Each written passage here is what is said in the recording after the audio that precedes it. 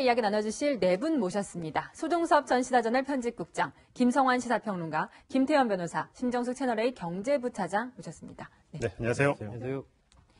네, 오늘은 박근혜 전 대통령에게 굉장히 중요한 날인데요. 이재용 삼성전자 부회장의 재판 결과가 나오는 날이기 때문입니다. 먼저 오늘 출석 영상 보시면요. 출석할 때는 평소와 달라 보이지만 오늘 재판은 좀 달라진 점이 있습니다. 이재용 삼성전자 부회장의 선고가 오늘 대법정에서 열리기 때문에 박근혜 전 대통령은 평소와 다른 3층 중법정에서 지금 재판을 진행하고 있다고요? 그렇죠. 이제 대법정에 하나밖에 없으니까 오늘 이제 이재용 부회장의 선고가 거기서 있지 않습니까? 워낙 많은 취재진이 몰리기 때문에 큰 법정에서 이재용 부회장의 선고가 있고, 그러니까 박근혜 전 대통령 아무래도 대법정 말고 중법정과 법정이 좀 바뀐 거죠. 그렇게 재판정을 바꿔서 진행하게 되는 거죠.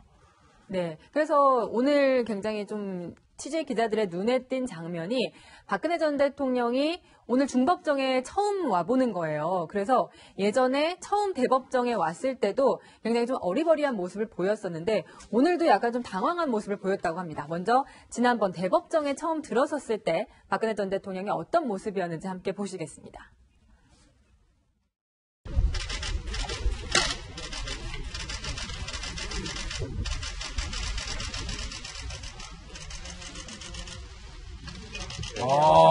네, 이게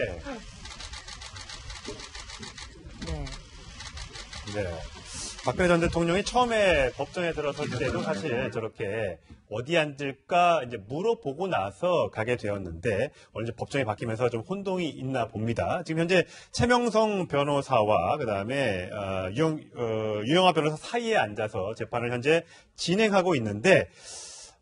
지금도 이제 고개를 좀 푹 숙이고 뭔가를 받아 적기도 하고요. 또 지우기도 하고 좀 과거에 이제 재판이 길어졌을 때 보통 오전부터 밤 늦게까지 할 때 지루하게 되면 저녁쯤 돼서 이렇게 지루한 표정을 줬는데 오늘은 아침부터 조금 재판에 집중하지 못하고 있다는 지금 취재진의 증언이 들어오고 있습니다. 네, 뭐 지금 나오는 얘기로 보면은 뭐 메모 같은 걸 하고 그리고 난 다음에 지난번에도 그런 모습 보였던 것처럼 메모하고 그림 그리다가 지우개똥 다시 지우고 지우개똥 가지고 이렇게 툭툭 치고 뭐 이런 모습들, 그러니까 재판에 집중하지 못하는 모습이 나타나고 있는데요. 아마 박근혜 전 대통령도 오늘 이재용 삼성전자 부회장 재판이 있다는 거, 선고공판이 있다는 걸 알고 있을 것 같고요. 알겠죠. 굉장히 네. 마음이 좀 심란할 겁니다.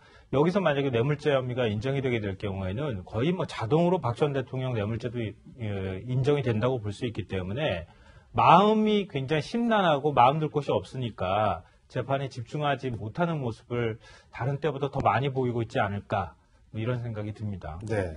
박근혜 전 대통령이 일단 재판 이제 구속 기간이 길어지니까 심정처장. 네. 아무래도 예전보다 오늘은 이제 평소와 다름없이 말끔한 모습으로 출석은 했는데 취재 기자 물어보니까 이 전체적으로 앞머리에 흰머리도 많이 났고요. 굉장히 그래도 지친 모습이 좀 역력하다고 합니다.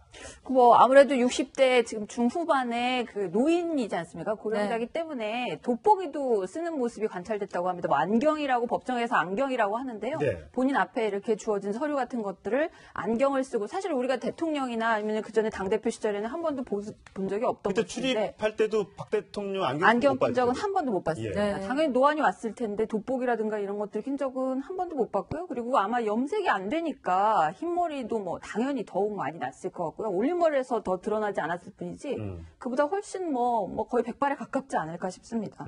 네, 평소에는 주로 유영하 변호사하고만 얘기를 나누는데 오늘은 최명성 변호사랑 얘기를 나누면서 환하게 웃기도 했다, 이런 지금 목격담이 지금 들어오고 있는데 예전에 그 탄핵이 됐던 날에도 굉장히 이렇게 환하게 웃는 지지자들 앞에서 웃는 모습을 보였잖아요.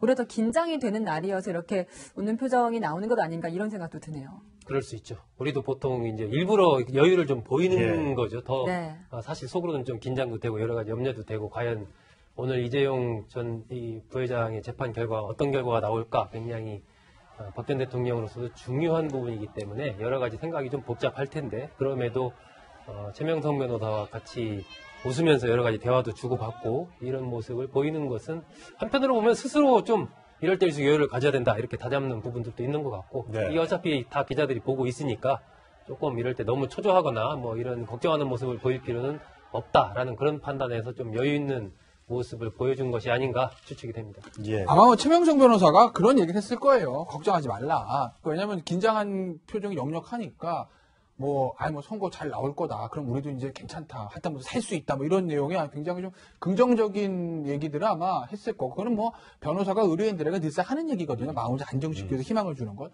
아마 그렇기 때문에 박근혜 전 대통령의 그 얘기를 듣고 순간 기분이 좋을 수밖에 없겠죠. 그래서 네. 아마 보고 환하게 웃지 않았나. 아마 그렇게 좀 추측이 되네요.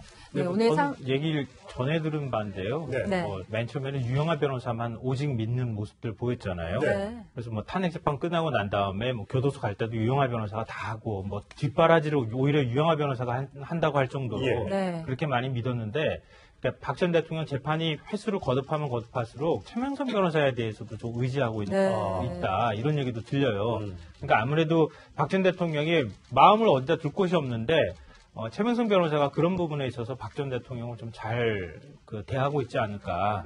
그래서 박 전 대통령이 좀 최명선 변호사 앞에서 좀 편한 모습들을 보이고 있지 않을까 그런 생각도 좀 듭니다. 네, 오늘 삼성 재판 결과가 박근혜 전 대통령에게 얼마나 중요한지, 과거 특검이 박근혜 전 대통령의 이 혐의에 대해 어떻게 얘기했는지 함께 들어보시겠습니다.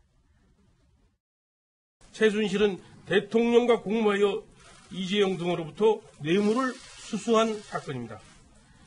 이재용 및 삼성 임원 3명을 뇌물 공여죄 등 관련 법규로 위반으로 기소하였고, 최순실을 특정 범죄 가중처벌 등에 관한 법률, 뇌물 등의 혐의로 불구속 기소하였습니다. 네, 박근혜 전 대통령의 뇌물 수수 혐의, 여기에 대해서 굉장히 관심이 모아질 수밖에 없습니다. 물론 박 전 대통령의 선고는 10월쯤 돼서야 가능할 것 같은데, 일단 박 전 대통령이 받고 있는 여러 가지 혐의 중에서 뇌물죄만 저희가 추려봤습니다. 판례를 좀 설명을 드리자면, 뇌물 수수, 크게 보면 뇌물 수수가 있고요. 제3자 뇌물 수수, 그리고 제3자 뇌물 요구. 사실 법이 이렇게 제가 잘 모르는 사람들 입장에서는 다 그 뇌물이 그 뇌물 같은데 좀 다 다릅니다. 뇌물 수수는 정유라 승마 지원, 제3자 뇌물 수수는 미르 K스포츠 재단 관련이고요. 제3자 뇌물 요구는 또 SK 또 K스포츠 재단 별도로 나눠져 있습니다. 법적으로 어떻게 다른지 설명을 좀 일단 설명을 드리겠습니다. 동일한 뇌물이기 때문에 저 세 개 공통적으로 되어 있는 쟁점은 대가성 있는 뇌물이다. 이건 공통적인 거예요. 차이가 하나씩 있어요. 일단 저기 보시면 정유라 승마 지원이 있죠. 말 블라디미르 나오고 비센트 나오고 그렇습니다. 독일로 돈을 보낸 정유라 승마 지원은 77억인데 저건 단순 뇌물 수수입니다. 네. 저기서의 쟁점은 대가성 있는 뇌물이라는 건 당연히 들어가는 거고, 플러스 하나가 뭐가 들어가냐면 박근혜 전 대통령은 돈을 받은 것이 아니라 최순실 씨, 그렇죠. 기덱스포츠, 정유라 여기가 돈을 받은 것이기 때문에 결국 공무원인 박근혜 전 대통령과 최순실 씨 측이 공모했느냐, 이게 중요 쟁점입니다. 예. 그래서 경제 공동체다, 공동지가 그 얘기가 나오는 거죠. 네. 그다음 거 보시면요, 제3자 뇌물수수입니다. 저기 이제 동계스포츠 영재센터에서 삼성에 돈 준 거 16억. 예. 미르 K재단 역시 삼성 204억. 그다음에 롯데 K가 K스포츠 재단에 준 게 70억. 저거는 이제 롯데에서 돈을 줬다가 나중에 청와대 K재단 쪽에서 반환을 했습니다. 예. 그렇죠. 저건 이제 왜 제3자 뇌물수수냐면 역시 박근혜 전 대통령이 아니라 제3자인 재단이나 동계스포츠 영재센터에 돈이 들어간 것이기 때문에 제3자 뇌물수수라고 하는 거고, 저기서의 쟁점은 역시 대가성인 뇌물이냐, 그다음에 플러스 제3자 뇌물수수이기 때문에 돈을 준 사람, 그러니까 이재용 부회장 또는 신동빈 롯데 회장이 박근혜 전 대통령과에게 부정한 청탁을 했는지, 이게 이제 추가적으로 쟁점이 되는 것이고요. 예. 네. 마지막에 보는 제3자 뇌물 요구. SK가 K스포츠 재단에 좀 89억 원. 구조는 제3자 뇌물 수수랑 같습니다. 그러니까 차이는 뭐냐면 SK 같은 경우는 돈을 실제로 준 게 없어요. 그러니까 K재단 측에서 요구만 했다는 거죠. 네. 그래서 박근혜 전 대통령의 제3자 뇌물 요구, 이 혐의만 있는 것이고, SK의 최태원 회장은 기소가 되지 않았죠. 예. 돈을 준 게 없으니까. 예. 롯데 신동민 회장은 돈을 줬으나 반환 받았기 때문에 구속 기소가 아니라 불구속 기소된 거고, 삼성 이재용 회장은 돈을 줬기 때문에, 그리고 반환받지 않았기 때문에 구속 기소가 된 것이고, 이렇게 차이가 있습니다. 이게 이제 세 가지 중에 전부 다 유죄가 될 수도 있고, 어떤 건 유죄, 어떤 건 무죄, 이렇게 나올 수도 있는 건데. 그럼요. 왜냐하면 구조가 다 다르잖아요. 그러니까 대가성 있는 뇌물이 공통적으로 걸려있는 건 다 동일한데, 예. 문제는 단순 뇌물수수 같은 경우는 공모관계 입증, 그 다음에 제3자 뇌물수수 같은 경우는 부정한 청탁의 입증, 이 추가적인 요건들이 들어가는 것이기 때문에 무엇이 입증되느냐에 따라서 일부가 유죄가 되고 일부가 네. 무죄가 될 가능성도 있죠. 개별적인 거에 혐의로 봤을 때는 어떤 게 가장 형량이 높게 됩니까? 금액에 따라 다른 겁니까? 아니면 이 항목에 따라 달라지는? 항목은 동일합니다. 단순 뇌물수수든 제3자 뇌물수수든 법정 금액이 똑같고 양형수수도 네. 동일한데 액수가 가장 큰 차이가 있죠. 그렇군요. 액수가 차이가 있으니까 액수로 보면 이제 K재단, 미르재단은 제일 크군요.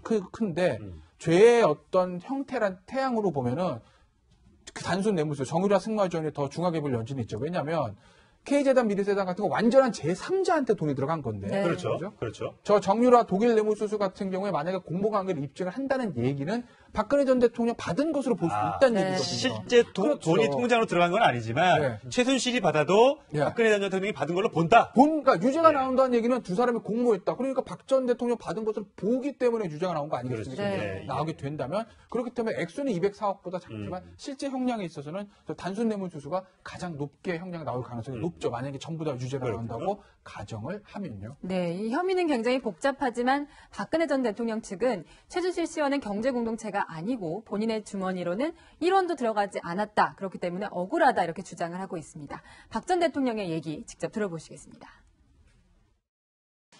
단 한순간도 저의 사익을 추구하지 않았고 작은 사심도 품지 않고 살아왔습니다. 지금 벌어진 여러 문제들 역시 저로서는 국가를 위한 공적인 사업이라고 믿고 추진했던 일들이었고 그 과정에서 어떠한 개인적 이익도 취하지 않았습니다. 네, 어떠한 개인적 이익도 취하지 않았다. 박근혜 전 대통령의 제3차 국민 담화에서 나왔던 내용인데 저 부분은 오늘 이재용 삼성전자 부회장의 재판 선고에서도 아마 나오게 될 것이고 앞으로 있을 박근혜 전 대통령의 재판에서도 저 부분이 상당히 쟁점이 될 것 같습니다. 아까 김태현 변호사가 얘기했던 것처럼 보면 오늘 삼성전자 부회장의 재판이 있지만 박근혜 전 대통령이 받고 있는 혐의 중에는 여러 기업이 등장을 하게 됩니다. 그래서 롯데도 등장하고요. SK도 등장하고요. 여러 기업들이 등장을 하게 되는데 청문회 때 기업 오너들이 나와서 이렇게 증언한 바 있습니다. 들어보시겠습니다.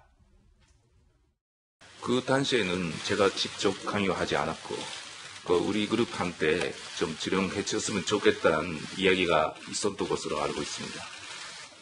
그 이외에 80억 그 금원 요구를 받은 적이 있습니까? 네. 당시 왔던 계획이나 얘기가 상당히 부실했고 또 그 돈을 전해달라는 방법도 좀 부적절했다라고 들었습니다. 알겠습니다. 네. 그러니까 롯데와 SK는 돈을 줬다가 돌려받았거나 주지 않았거나 네. 그렇다 하더라도 반환은 했더라도 뇌물수수가 되는 그렇죠. 거죠. 일단 줬으니까. 예. 그다음에 욕을 해서 저쪽에서 거절을 했어도 어쨌든 요구를 강요를 했으니까 예. 문제가 된다는 거예요. 그러니까 뇌물자 같은 경우에는 내가 실제로 돈을 받지 않아도 야 빨리 줘. 이것만 해도 죄가 성립돼요. 강요군요. 강요. 뇌물 요구라고 해요. 그러니까 저 SK 같은 경우에는 뇌물 요구가 들어가는 거죠. 최태원 회장은 주지 않았습니다. 만약에 그 당시 SK에서 줬다고 하게 되면 최태원 회장도 지금 박근혜 전 대통령 최순실 옆에서 신동민 부회장과 같이 재판을 받을 수 있는 지금 거죠. 기소가 안 된 상태죠. 안 됐죠. 예, 왜냐면은 안 줬기 때문에. 줬다라고 하게 되면 같이 재판을 받죠, 지금. 그런데 이제 롯데 같은 경우는 줬습니다. 그런데 이제 그 K재단 측에서 나중에 돌려준 거 아니겠습니까? 네. 그러니까 돌려받았기 때문에 그냥 주고 돌려받지 않은 것보다는 죄가 약간 약하죠. 그래서 아마 구속을 하지 않고 그냥 불구속 기소 형태로 처리가 된 거죠. 자, 과연 이게 어떻게 될지 참 정말로 궁금하게 되는데요. 저 액수는 굉장히 큽니다. 사실 저희가 여기 맨 밑에 금액을 총계를 내놨는데 네. 총 592억, 실수령액 367억. 이게 무슨 뭐 월급 얘기 같고 세금 떼고 뭐 그런 얘기 같은데 그게 아니라 어쨌든 요구한 건 이만큼인데 실제로 건너온 돈은 367억이라서 이렇게 저희가 표현을 해봤습니다. 네. 자, 과연 이게 얼마가 인정이 되고 얼마가 인정이 되지 않을까 참 궁금한데 안종범 전 청와대 정책조정수석의 경우에는 검찰에서 이제 박 전 대통령이 얘기를 해서 이렇게 롯데 쪽에 돈을 뭐 돌려줬다 뭐 이렇게 얘기를 했단 말이죠. 그렇다면 박 전 대통령이 일정 부분 관여를 했고 또 알고 있었고 지시가 있었고 이렇게 해석을 해도 되는 걸까요? 그러니까 안종범 전 수석의 수천만 보면은 박근혜 전 대통령이 다 개입했다고밖에 볼 수가 없는 거죠. 네. 왜냐하면 전제가 물론 박 전 대통령이 지시한 걸 그대로 옮겨 적었다고 하는 전제가 있다면 근데 거기에 보면은 박 전 대통령이 이래라 저래라 뭐 지시하고 뭐 예를 들어서 지금 방금 전에 롯데 말씀하셨지만 롯데 제대로 돈 냈는지 확인도 하고 박 전 대통령이 나중에 그걸 또 돌려받도록 지시까지 했다고 하는 거 보면 그러니까 박 전 대통령이 K스포츠 재단 미르 재단 문제에 대해서 다 개입을 하고 있었다라는 걸 알 수가 있는 것이고요. 뭐 그리고 지금 박 전 대통령이 이제 기업 오너들하고 독대를 할 때 그때 말씀 자료나 이런 것들을 보면은 이재용 삼성전자 부회장한테 승마 지원 요구한 부분이나 이런 것들이 다 들어가 있잖아요. 네. 그러니까 여기에서는 박 전 대통령이 빠져나갈 방법이 별로 없다 이렇게 보이고요. 뭐 안종범 전 수석의 수첩이 우리 이제 간접 증거로 인정이 됐다는 것 때문에 이게 이제 제대로 증거로서의 가치가 없는 것 아니냐 이런 얘기들도 많이 하는데요. 네. 제가 이거 궁금해가지고 변호사분들한테 여러 번 여쭤봤는데. 그러니까 뇌물죄는 당사자들만 알잖아요. 준 사람과 받은 사람, 두 사람만 아는 것이기 때문에 직접 증거가 거의 없다 그래요. 그러니까 그렇기 때문에 그 외에 한 다리를 걸쳐서 지금 안종범 전 수석이 그 내용들을 기록한 것이기 때문에 간접 증거로밖에 채택할 수가 없었다. 네. 그렇다 하더라도 그것이 증거 가치가 없는 것은 아니다. 이렇게 네. 얘기를 하고 있어서 만약에 이번에 이재용 부회장의 어떤 그 선거에도 사실 안종범 전 수석의 수첩이 어느 정도 영향을 미칠 수도 있다고 저는 개인적으로 생각합니다. 네, 이 박근혜 전 대통령의 뇌물죄에 대한 법원의 판단 어떨지 정말 궁금한데요. 헌법재판소는 탄핵 선고 당시 어떻게 판단했는지 다시 한번 들어보시겠습니다. 피청구인은 안종범에게 문화와 체육 관련 재단법인을 설립하라는 지시를 하여 대기업들로부터 486억 원을 출연받아 재단법인 미르, K스포츠를 설립하게 하였습니다. 피청구인은 최소원의 사익 추구에 관여하고 지원하였습니다. 피청구인의 헌법과 법률 위배 행위는 재임 기간 전반에 걸쳐 지속적으로 이루어졌고 국회와 언론의 지적에도 불구하고 오히려 사실을 은폐하고 관련자들을 단속해 왔습니다. 김태현 변호사, 저 당시 그러니까 탄핵 선고가 있는 당시에는 이 뇌물죄 관련해서는 선고가 이제 나지도 않았을 뿐더러 여기에 대해서는 형사 이제 재판이 진행되고 있기 때문에 넣을 수가 없는 거죠. 그러니까 뇌물죄는 자체는 그 당시에 쟁점이 아예 되지 않았어요. 그러니까 처음에 네. 이제 5개 정도로 유형을 나눠서 했을 때 뇌물에 대한 것도 그 당시에 국회 법사위에서 처음에 탄핵 심판 들어갔습니다.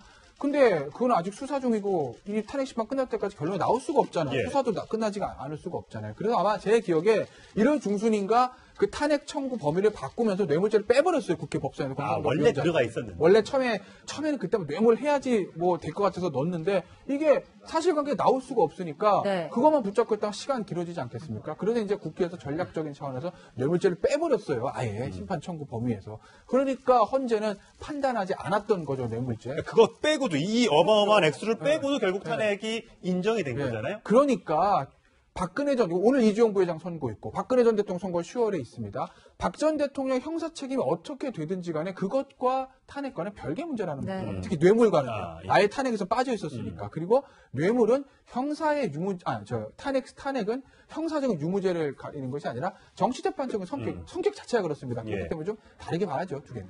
네, 이 뇌물 혐의뿐만 아니라 블랙리스트 개입 지시 혐의도 있는데 여기에 대해서는 김기춘, 조윤선 이 재판 결과가 이미 나왔기 때문에 신정수 차장 네. 이 유죄가 오히려 뇌물죄보다 더 힘들 수 있다 이런 전망이 나오고 있다고요.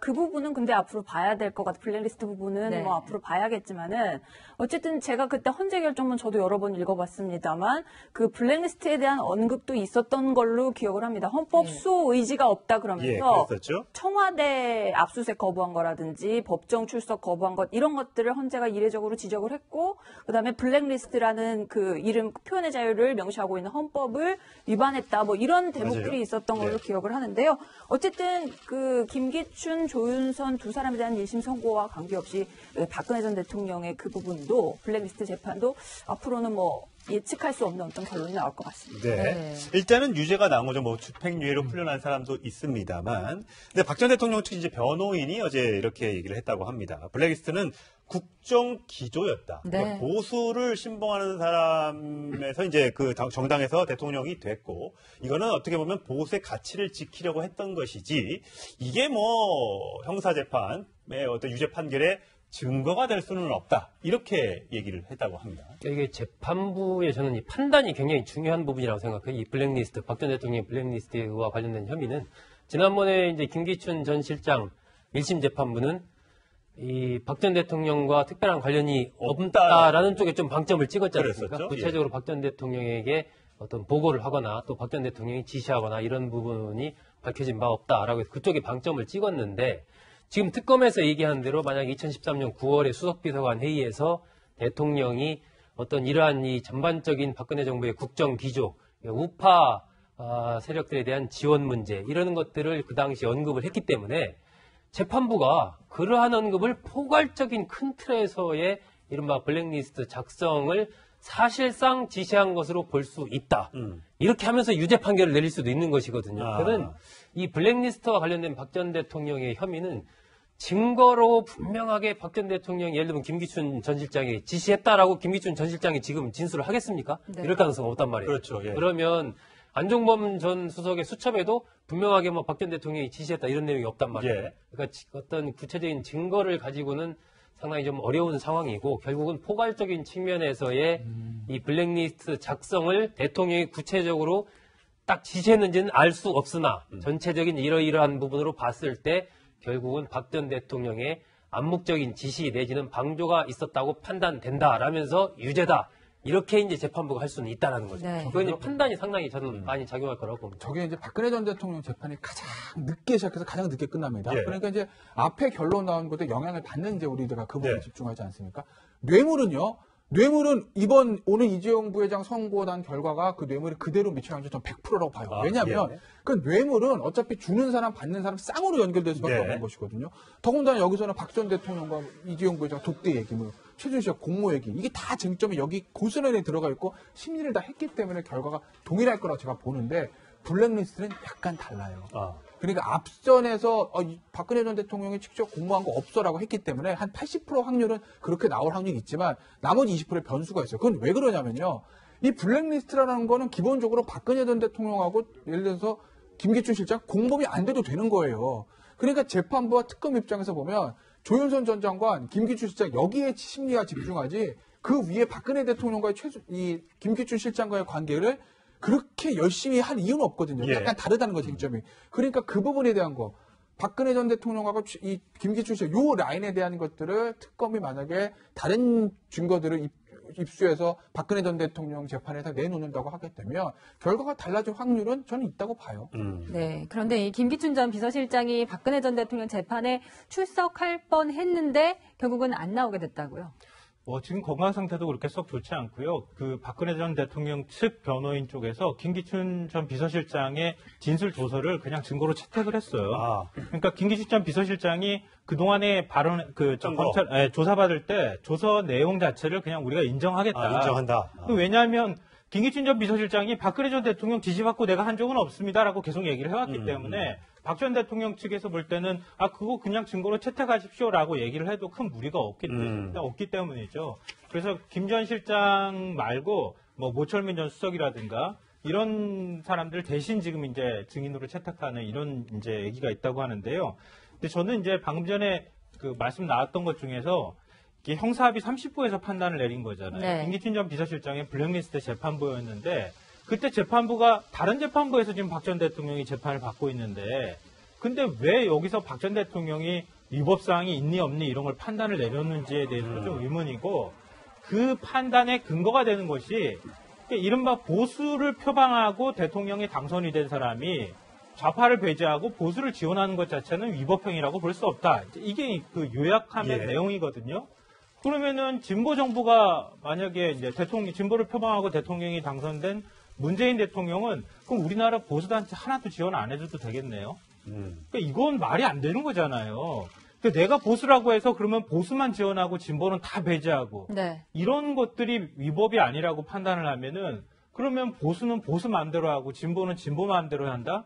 이게 과연 헌법의 가치에 맞는 것인가? 그래서 아마 제가 볼 때는 굉장히 뜨거운 논란이 있었던 것이고 그래서 다시 이제 재판부에서 다른 재판부이긴 하지만 형사합의 22부죠.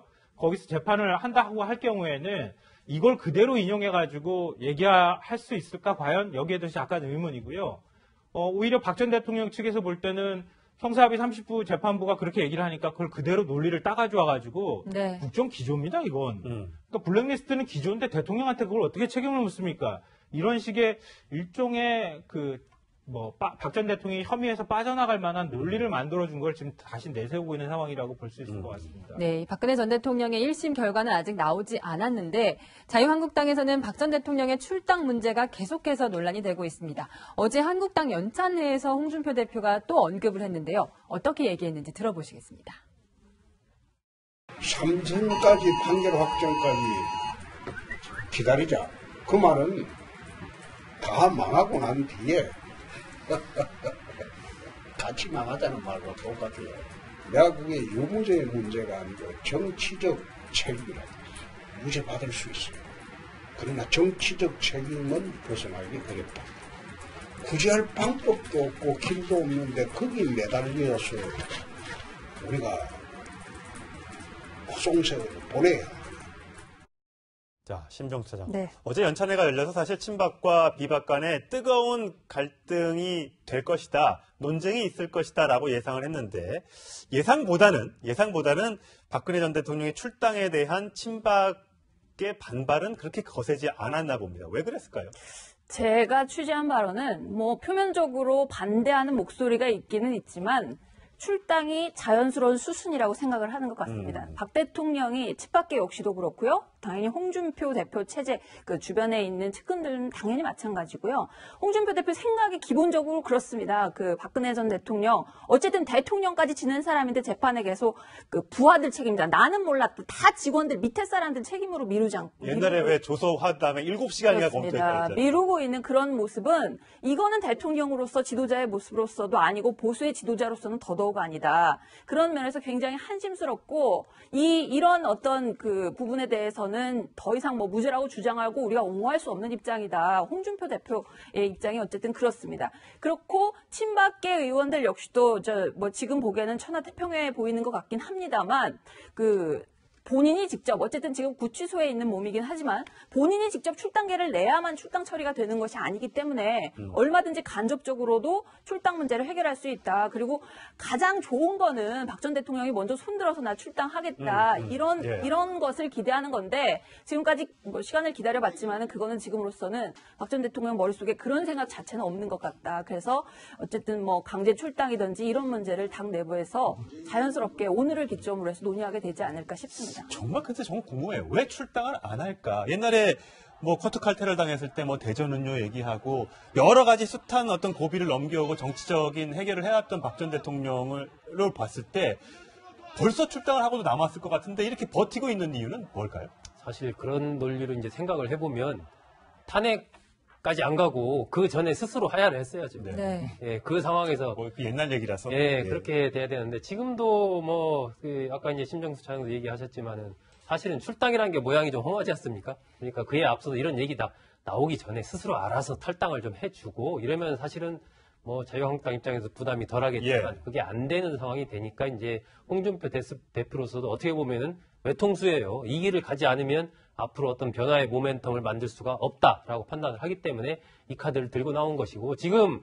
자유한국당에 친박계 하는데 사실요.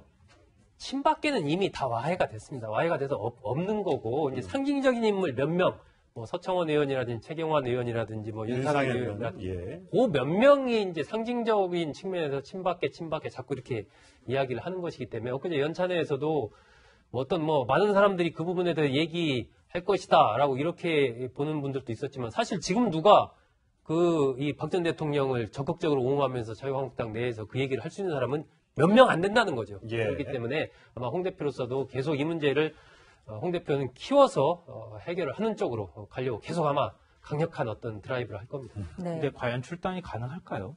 진짜 실제로 할까요?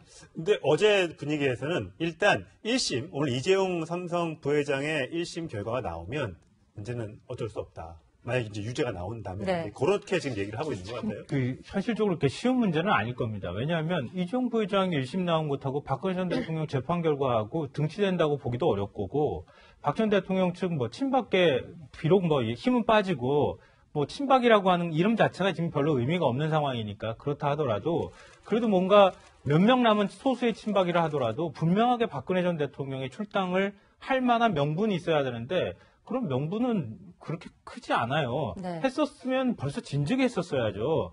근데 지금 친박계가 조용한 것은 제가 볼 때는 협박과 폭행의 차이다 이렇게 생각해요. 그러니까 지금은 그냥 협박하는 거, 이 정도는 참을 수 있어. 지금 이제 본인들이 나서기에는 아무래도 국민의 시선이나 이런 것들이 있으니까. 그렇지만 막상 나의 이익을 침해할 만큼 나를 때릴 정도의 폭행이나 이런 것들이 올 때는 그때는 가만히 안 있을 거다. 그때는 어떤 방식으로든 저항이 있을 수 있다고 생각하는데. 그러니까 본인들의 출당을 요구한 어떤 그런 압력이 왔을 때. 네, 구체적으로 뭔가 행동에 들어갈 때 행동으로 들어오면 그때는 참을 수 없다고 하는 게 터져나올 가능성이 네. 있다는 거죠. 그때 가면 굉장히 갈등이 노출될 가능성이 있어 보여요. 이게요. 제가 알기로는 유죄가 대법원에서 확정되면 그냥 출당시킬 수 있어요. 저는 그렇게 알고 네. 있어요. 근데 대법원까지.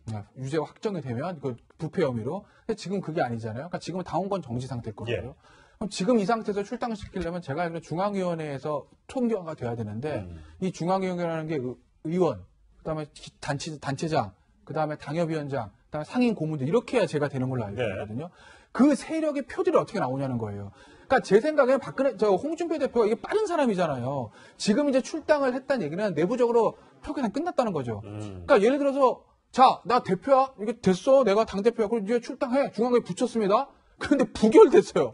그러면 홍준표 체제는 끝나는 거거든요. 그렇지 않겠습니까? 그런데 그 수계산에 빠른 홍준표 대표가 대선 때는 그 얘기 안 합니다. 왜냐하면 표가 필요하니까요. 대선 끝나고 당대표 될 때까지 그 얘기 안 합니다. 예. 역시 표가 필요하니까요. 당대표 경선하면서 전국을 다니면서 조직을 나름에 다졌을 거예요.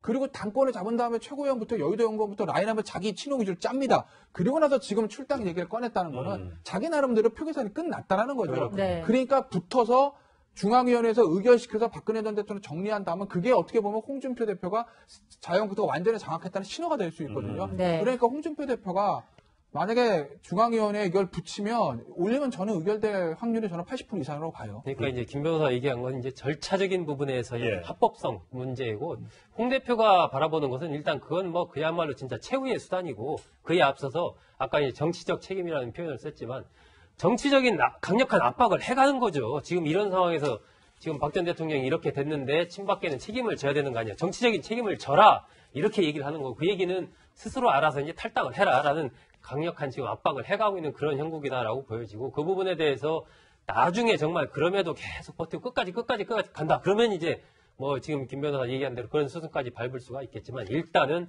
압박을 통해서 스스로 이 좀 정치적인 책임을 지고 당을 나가도록 하는 그 수순을 취하고 있는 것으로 보입니다. 박근혜 전 대통령의 재판은 아직 많이 남아 있습니다만 오늘 거기에 영향을 줄 이재용 삼성전자 부회장의 재판은 2시 반 선고가 내려질 예정이고요. 한 30분 정도 앞에 사전 설명이 있다면 한 3시쯤 얘기가 나올 수 있을 텐데 제가 이어지는 속보로 자세하게 전해드리도록 하겠습니다.